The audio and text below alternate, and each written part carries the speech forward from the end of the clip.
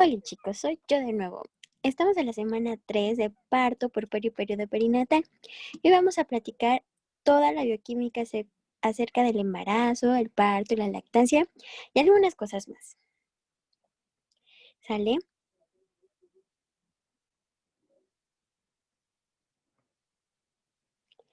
Entonces los objetivos de esta semana es conocer la fisiología y la parte bioquímica de algunas hormonas que trabajan y nos ayudan al embarazo, el parto y la lactancia. Vamos a platicar un poquito de la unidad fetoplacentaria. ¿Qué onda con esta? Bueno, en esta actúan de manera recíproca en la formación de hormonas y esteroides tanto el feto como la placenta. Esta sintetiza pregnenolona y progesterona a partir de colesterol que ya hemos platicado la semana pasada. Parte de esta progesterona ingresa a la circulación fetal y proporciona el sustrato para la formación de cortisol y corticoesterona en las glándulas suprarrenales fetales. Una parte de la pregnenolona entra en el feto con la pregnenolona sintetizada en el hígado fetal y constituye el sustrato para la formación del sulfato de hidroepiandrosterona y del sulfato de 16-hidroxidihidroepiandrosterona en la glándula suprarrenal fetal. En el hígado del feto se lleva a cabo la 16-hidroxilación. Tanto el sulfato de hidroepiandrosterona como el sulfato de 16-hidroxiepiandrosterona son transportados de nuevo hacia la placenta, donde el primero forma estradiol y el segundo estriol. El principal estrógeno que constituye es el estriol y como el 16 de hidroepiandrosterona fetal es el sustrato principal de los estrógenos, la excreción urinaria de estriol se puede utilizar como indicador del estado del feto. Entonces,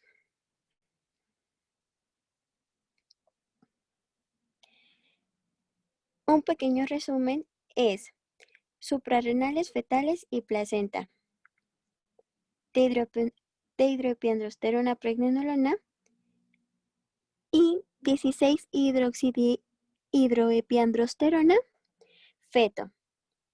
El primero da estradiol, y el segundo estriol.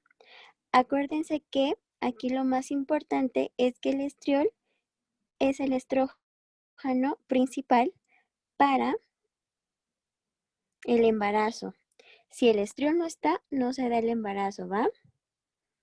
Ahora vamos a platicar un poco de la gonadotropina coriónica humana. Esta, como ya habíamos platicado anteriormente, es una hormona glucoproteínica que tiene dos fracciones, una alfa y otra beta.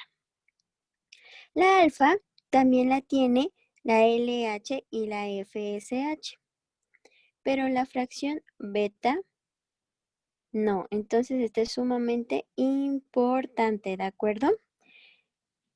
Esta glucoproteína, como ya les había platicado, pues comparte muchas similitudes con la LH y FSH.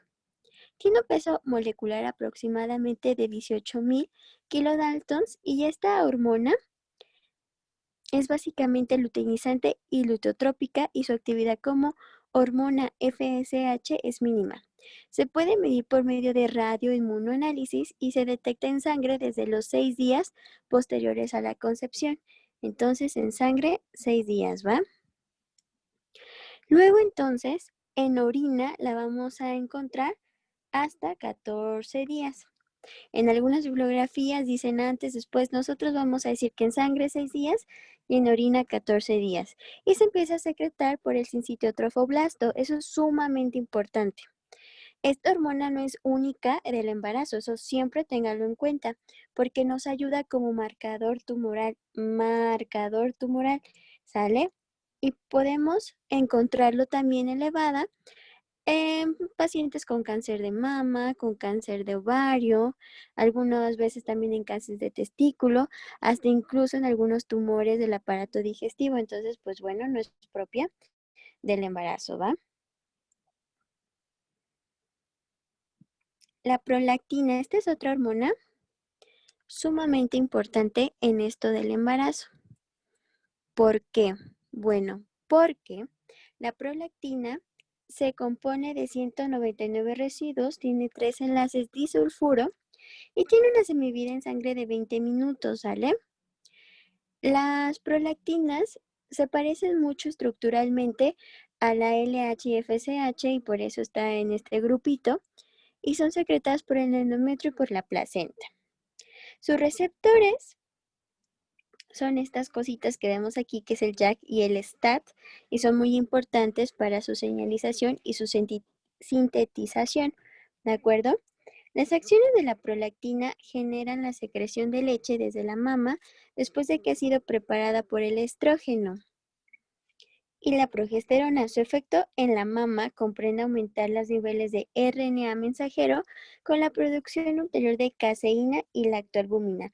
O sea, prolactina, pro leche, pro amamantar, pro darle leche a tu hijo, pro lactancia materna. Y bueno, esto es un movimiento, ¿no? Ahora vamos a platicar acerca de la fisiología del embarazo. El embarazo, sumamente importante entender qué pasa, porque bueno, no solo es la fecundación, qué pasa así, muy estructuralmente con este asunto. En los seres humanos, la fertilización del óvulo por el espermatozoide suele ocurrir en la porción ampular de la trompa uterina. Esa es pregunta de examen en todas partes. La fertilización comprende uno, factor quimiotáctico del espermatozoide hacia el óvulo por medio de sustancias que éste produce. 2, la adherencia de la zona pelúcida.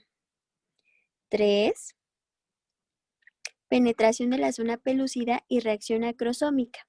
Y 4, la adherencia de la cabeza espermática a la membrana celular del óvulo, con ruptura del área de fusión y liberación del núcleo del espermatozoide hacia el citoplasma del óvulo. Durante el coito, después de millones de espermatozoides en la vagina, finalmente los campeones van a llegar 50, 100 no más de espermas, llegan al óvulo felices y contentos y muchos de ellos hacen contacto con la zona pelúcida, que la zona pelúcida da mucho miedo. Los espermatozoides adhieren a un receptor espermático en la zona y luego se produce la reacción acrosómica. Esto es la separación del acrosoma, que es el organelo similar a un lisosoma ubicado en la cabeza de espermatozoides. En español se le quita la colita con la reacción acrosómica. Se libera diversas enzimas, incluidas la proteasa similar a la tripsina y la acrosina. La acrosina es muy importante porque esta última facilita la penetración del espermatozoide a través de la zona pelúcida, aunque no es indispensable, pero bueno, la acrosina es muy importante. Cuando un espermatozoide llega a la membrana del óvulo, su fusión es controlada por la fertilina. La fertilina, como su buen nombre lo indica, es una proteína de la superficie de la cabeza espermática, similar a las proteínas de la fusión viral, que hacen posible que algunos virus ataquen a las células. La fusión es la señal que desencadena la embriogénesis. Además, aquella inicia una reducción del potencial de membrana del óvulo para impedir la polispermia, que es la fertilización del óvulo por varios espermatozoides.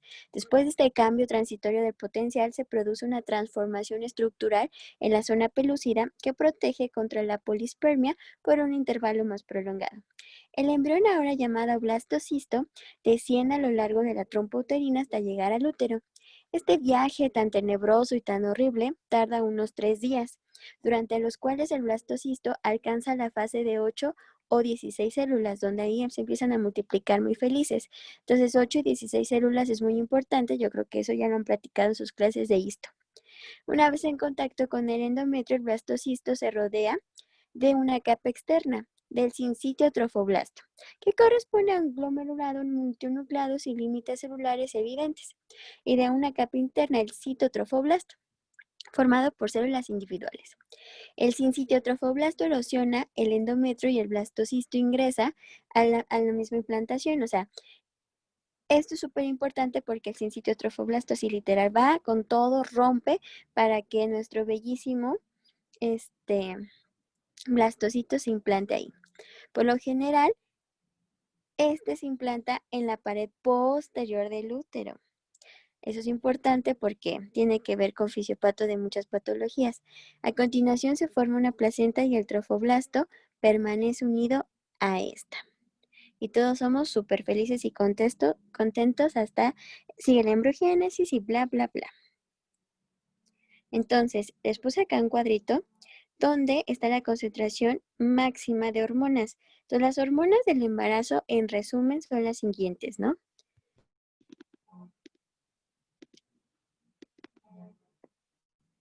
Tenemos a la prolactina, a la progesterona, también obviamente a la hormona gonadotrópica humana, porque sin ella pues no empieza todo este espectáculo llamado embarazo,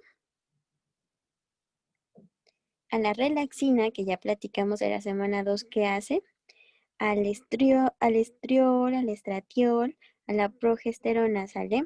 Entonces estas cantidades pues son importantes. El parto.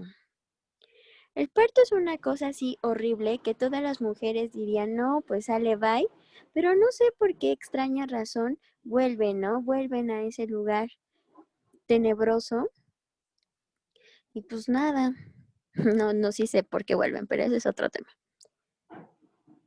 Entonces, en el parto, ¿qué pasa? Bueno, la duración del embarazo en un ser humano es de aprox 270 a 284 días, desde el primer día del periodo menstrual previo a la concepción.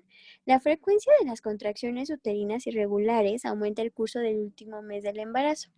La diferencia entre el cuerpo y el cuello del útero se torna evidentemente al momento del parto. El cuello uterino, el cual es duro en ausencia de gestación y durante esta, hasta poco antes del parto, se va a reblandecer y se dilata, mientras el cuerpo uterino se contrae y expulsa al feto.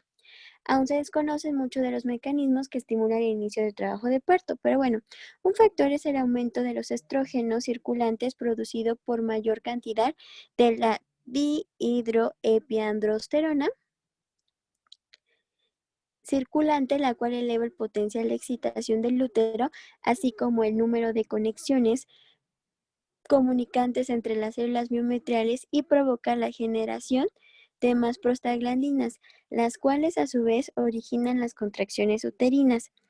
En el ser humano aumenta la secreción de hormona liberadora de corticotropina en el hipotálamo fetal.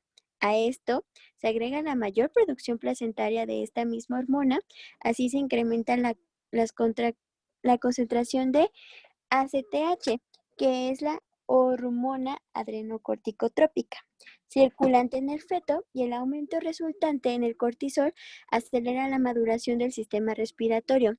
Eso es sumamente importante, ¿eh? La maduración del cortisol para el sistema respiratorio es muy importante. Por consiguiente, de cierta manera, el feto elige este momento para nacer, al elevarse la secreción de hormona liberadora de corticotropina, porque luego entonces a los prematuros, ¿por qué les ponemos dexametasona? Eso es una muy buena pregunta, ¿no? Durante el embarazo, el número de receptores de oxitocina en el miometro y en la decidua, que constituye el endometrio del embarazo, se multiplica más de 100 veces y alcanza su punto máximo al principio del trabajo de parto. Los estrógenos incrementan el número de receptores de oxitocina y la distensión uterina al final de la gestación también aumenta su formación. Al principio del trabajo de parto, la concentración de oxitocina en plasma materna no se eleva más allá de la cifra previa de 25 picogramos por mililitro. Probablemente el incremento considerable de receptores de oxitocina provoca la reacción del útero a una concentración plasmática normal de la misma. Sin embargo, por lo menos en las ratas, la cantidad de RNA mensajero de oxitocina en el útero se va a elevar, alcanzando su punto máximo de término. Esto sugiere la posible participación de la oxitocina local en el proceso. El trabajo de parto prematuro constituye un problema, puesto que los lactantes prematuros tienen un índice de mortalidad alto y a menudo necesitan una atención intensiva costosa. La hidroxiprogesterona 17 alfa intramuscular reduce de modo considerable la frecuencia del trabajo de parto prematuro. Por eso ponemos progesterona a una paciente que tenga un parto prematuro, ¿sale? El mecanismo de este efecto es incierto, pero tal vez este esteroide proporciona una concentración estable de progesterona circulante. La progesterona relaja al músculo lisouterino, inhibe la oxitocina y por lo tanto inhibe las contracciones. Una vez iniciado el trabajo de parto, las contracciones uterinas van a dilatar el cuello uterino y esta dilatación a su vez estimula señales a los nervios aferentes que incrementan la secreción de oxitocina. La concentración de oxitocina plasmática se eleva, con la cual hace posible la acción de mayor cantidad de esta hormona sobre el útero. Así se establece un mecanismo de retroalimentación positiva que ayuda al parto y termina con la expulsión de los productos de la concepción, que es el bebé y la placenta. La oxitocina aumenta las contracciones uterinas de dos maneras. Uno, actúa directamente sobre las células del músculo uterino liso para que se contraigan. Y dos, estimula la formación de prostaglandinas en la decidua, porque las prostaglandinas son ¿qué? Constrictoras. Esta última proporciona las contracciones inducidas por la oxitocina. Durante el trabajo de parto, los reflejos medulares y las contracciones voluntarias de los músculos abdominales es el famosísimo pujo de la mamá, pújele mamá, ándele mamá. Ah, bueno, pues es eso. También ayudan al parto. Sin embargo, puede haber parto sin pujar, sin incremento del reflejo en la secreción hipofisaria de oxitocina, puesto que las mujeres parapléficas tienen trabajo de parto y el parto. Sí, señores, así es. Ahora vamos a platicar, por último, de la lactancia. Entonces, para platicar de la lactancia, vamos a ir a nuestra bellísima aplicación, ¿no? Para que nos situemos un poquito más sobre esto de la lactancia. En lo que abre esta cosa, bueno, pues la lactancia se requieren numerosas hormonas para el desarrollo mamario, ¿sale? En general, los estrógenos regulan la proliferación de los conductos mamarios y la progesterona, el desarrollo de los lóbulos. Se requiere prolactina para el crecimiento de las glándulas durante la pubertad, ya habíamos platicado de la prolactina, pero no se sabe de dicha hormona si es necesaria en la mujer. Durante el embarazo, la concentración de prolactina se eleva de manera uniforme hasta el término, al igual que la cifra de estrógenos y progesterona, que tiene como resultado un crecimiento lóbulo-alular completo. Entonces vamos a platicar de esto con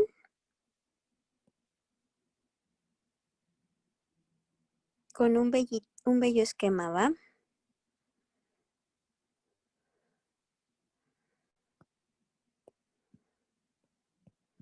Entonces, tataratán, tatán, acá están las mamás, bellas ellas. La excreción de leche se muestra, ahorita vamos a platicar de la composición de la leche humana, que es muy diferente de la vaca y el por qué se debe dar leche humana y no de vaca a los recién nacidos, pero bueno, esa es otra historia. Entonces, los estrógenos y la progesterona, las inyecciones de prolactina provocan la formación de gotas de leche y su secreción hacia los conductos. La oxitocina produce la contracción de las células mioepiteliales que revisten las paredes de los conductos, los cuales causan expulsión de la leche a través del pezón. Entonces, ustedes no piensen que la prolactina solamente es leche y que la oxitocina solamente es contracción del músculo liso del útero. No, no, no, no. Participa en todas partes, bueno, no en todas partes, pero sí en otras, ¿va? Entonces, las glándulas mamarias crecen durante el embarazo como respuesta a la alta concentración circulante de estrógenos y progesterona. La prolactina y quizá gonadotropina coriónica humana se secreta leche hacia los conductos desde el quinto mes.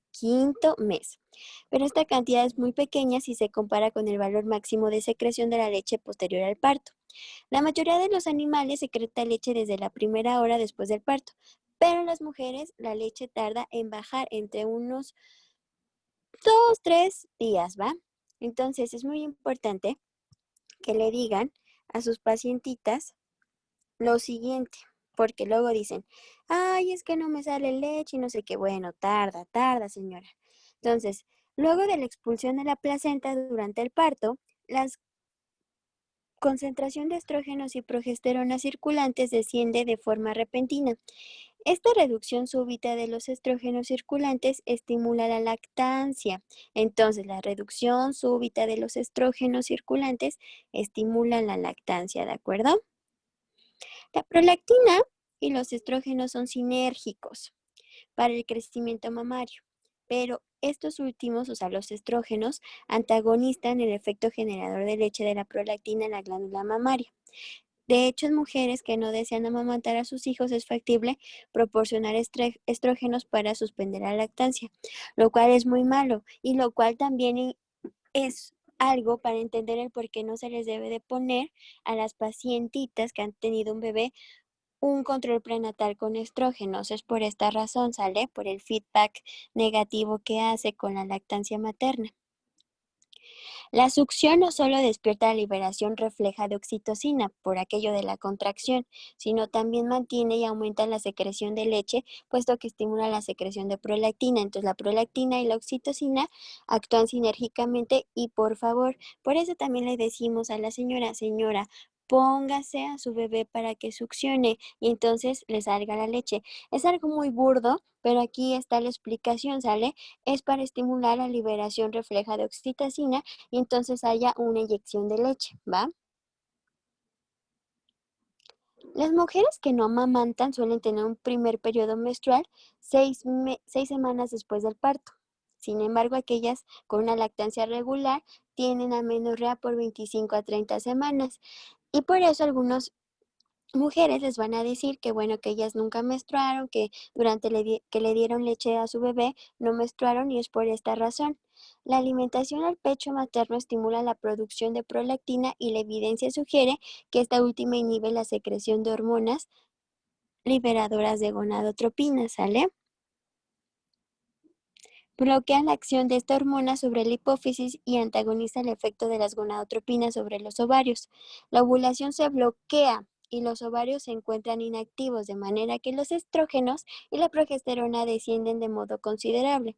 Como consecuencia, solo el 5 al 10% de las mujeres se embaraza durante la lactancia y desde hace mucho tiempo se sabe que la lactancia es un método importante, aunque obviamente no es un método nada eficaz para que no te embaraces, pero bueno, ayuda muchísimo, ¿va? Entonces, miren, aquí están los lobulillos bien bonitos, tarán, tarán, qué bonito.